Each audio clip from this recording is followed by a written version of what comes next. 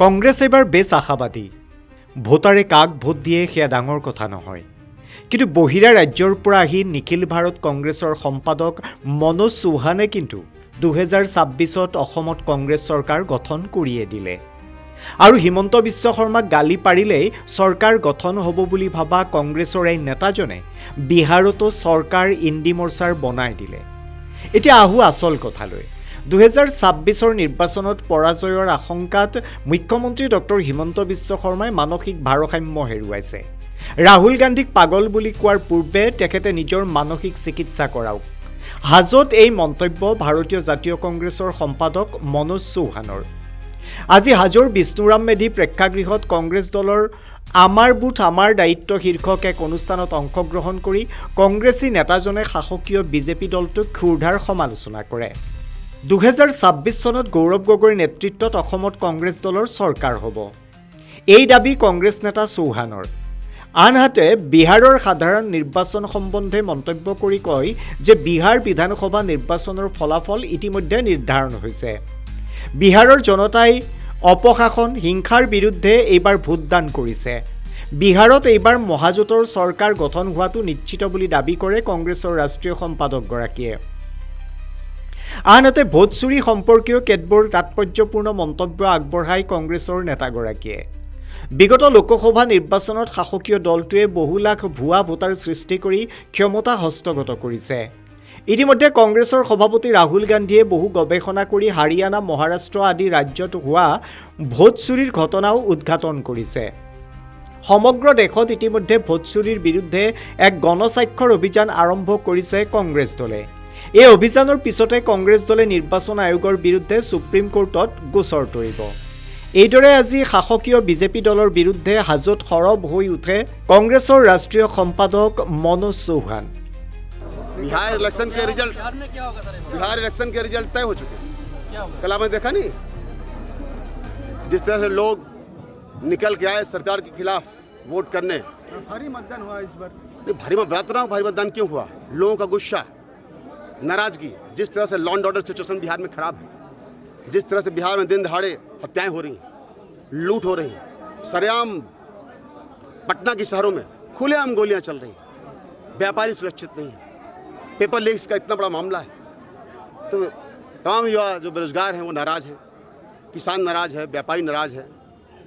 तो एक रोष है, गुस्सा है, आक्रोश है सरकार के लिए। तो 14 तारीख को आपको दिख जाएगा। 14 तारीख को बिहार की काउंटिंग है और नतीजे महागठबंधन के पक्ष में पूरी तरह से एकदम साफ सुथरा जैसा पानी होता है ना, ऐसा बहुमत मिलेगा बिहार में। मैंने कहा पूरी तरह से स्पष्ट बहुमत के साथ महागठबंधन की सरकार बन रही है और तेजस्वी यादव जी मुख्यमंत्री बन रहे हैं। देखिए ऐसा है कि आप जानते हो कि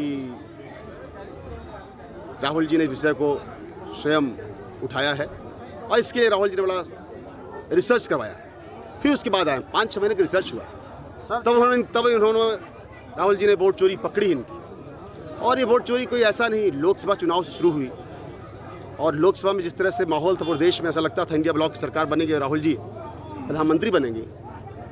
जनता ने हमारा साथ दिया, हमारी सीटें डबल की और उनको जो 400 पार की बात कर रहे थे मोदी और शाह, उनको 303 से 240 पे लाया और सरकार वैशाखी पे। उसके बाद हरियाणा चुनाव हुआ 5 तारीख को। राहुल गांधी जी परसों स्वयं आपने देखा होगा, पूरे मीडिया ने देखा कि जिस तरह से 25 लाख से ज़्यादा वोटर्स फर्जी बनाए गए। उसके पहले राहुल जी ने पूरे तथ्य और साक्ष्यों के साथ महाराष्ट्र चुनाव में जिस तरह वोट चोरी हुई थी, महाराष्ट्र विधानसभा लोकसभा चुनाव के बीच 4-5 महीने का अंतर था। लोकसभा चुनाव में 3/4 सीट्स लोकसभा की इंडिया ब्लॉक ने जीता था और मात्र 1/4 सीट जीती थी बीजेपी और एनडीए। लेकिन 4-5 महीने बाद जब विधानसभा चुनाव आते हैं तो उस चुनाव में बीजेपी सरकार बन जाती है। वहाँ भी 70 लाख फर्जी वोटर्स बनाए गए थे। राहुल जी ने स्वयं पूरे फैक्ट्स एंड फिगर के साथ बात रखी। तो वोट चोरी बहुत बड़ा मुद्दा है। मुद्दा इसलिए नहीं, मुद्दा इसलिए है, सवाल कांग्रेस का नहीं है, सवाल सत्ता पाने का नहीं है, सवाल इस देश के लोकतंत्र को बचाने का है, सवाल इस देश के संविधान को बचाने का है। असम में अभी आप देख लीजिए मुख्यमंत्री जी का उनकी जो बॉडी लैंग्वेज है, दोनों चीज़, बॉडी लैंग्वेज और लैंग्वेज दोनों देखिएगा। सिर्फ हिंदू में मेरी बात सुनिए, क्या करें मुख्यमंत्री, क्या कह रहे हैं? मुख्यमंत्री कभी 10 सितंबर की डेट दे रहे थे, वो तो किसी के ऐसा तो नहीं, सबके सामने थी, ट्वीट किया था पूरी मीडिया से बोला था कि 10 सितंबर की डेट 10 को बताऊंगा, 10 सितंबर को। कहाँ गए 10 सितंबर? कहाँ गई 10 सितंबर की डेट? अभी एक हफ्ते पहले बोले हैं वो कि गौरव गोगोई जी पाकिस्तान के एजेंट हैं। अब मालूम क्या बोले हैं? इस देश का, खासतौर पर इस प्रदेश का जो ध्यान भटकाने का उनका तरीका है, इस टाइम पर असम में सारे लोग, असम की पूरी जनता खाली पेट सो सकती है, लेकिन वो इस बात को कतई मानने को तैयार नहीं है कि जुबिन दा के साथ मतलब न्याय होना चाहिए। वो चाहती है, जनता इस वक्त सिर्फ एक चीज़ चाहती है, जस्टिस फॉर जुबिन गर्ग। तो मुख्यमंत्री इस तरह के नाम से आप बयानबाजी करके, इस तरह के बेसिर पैर की बातें करके जुबिन गर्ग जी से, जुबिन गर्ग के साथ जो पूरी जो ये साजिश हुई है, जो भी लोग, मैं किसी के नाम नहीं ले रहा, मैं जानता नहीं, ये काम इन्वेस्टिगेशन का है, वो करेगी। जो भी लोग इसके पीछे हैं, जो भी साजिश करता है, उनका खुलासा होना चाहिए, वो बेनकाब होना चाहिए।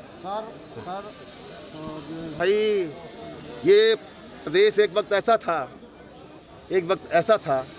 कि प्रदेश की हालत क्या थी आप जानते हो। इस प्रदेश में पीस कौन लाया? ये पीस कौन लाया? राजीव जी, तरुण गोगोई जी, हितेश सैकिया जी। पहले विकास के पहले पीस लाया, शांति लाया, फिर प्रदेश में विकास किया, और एक साथ जो रहने का जो कंपोजिट कल्चर है, जो साझा संस्कृति है इस प्रदेश की, खासतौर पर असम ऐसा प्रदेश जहाँ पूरा हिंदुस्तान बसता है, सब लोग एक साथ मिलकर प्यार से रहते हैं, उसको आगे बढ़ाया और विकास किया, तो वो कांग्रेस ने किया। अब ये आके एक ही चीज़ कर रहे हैं, क्या कर रहे हैं? हिंदू मुस्लिम बांटो और राज करो। ये नहीं चल पाएगा, बहुत हो गया। 10 साल जनता ने देख लिया है, गेम ओवर 100। मैं जिम्मेदारी से कह रहा हूँ, क्योंकि हेमंत बिस्वा शर्मा जी ने खुद ही सर्वे करा लिए, खुद ही उन्होंने सर्वे करा लिए। जो फ्रस्ट्रेशन है उनका, एक तरह से मानसिक, अब राहुल जी के बारे में क्या क्या बोला, अभी बिहार में क्या बोला, हमारे नेता के बारे में क्या क्या बोला, आप जानते हो। तो फ्रस्ट्रेशन में कुछ ही बोल रहे हैं। अरे भाई तुम खुद देखो, अपना मानसिक इलाज कराओ। दूसरे के बारे में बोलने से तुम्हारा फ्रस्ट्रेशन ये है कि तुमको पता है सामने दिखती हुई हार की वजह से आप अपना मानसिक संतुलन खो चुके हो, अनाप बयानबाजी कर रहे हो। तो पहले खुद ठीक करो। और 26 में बिल्कुल डर गया।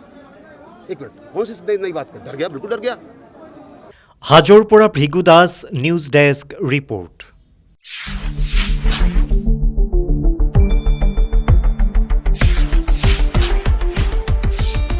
শুদ্ধ আৰু বিস্তৃত বাতৰিৰ বাবে চাই থাকক নিউজ ডেস্ক ৰিপৰ্ট।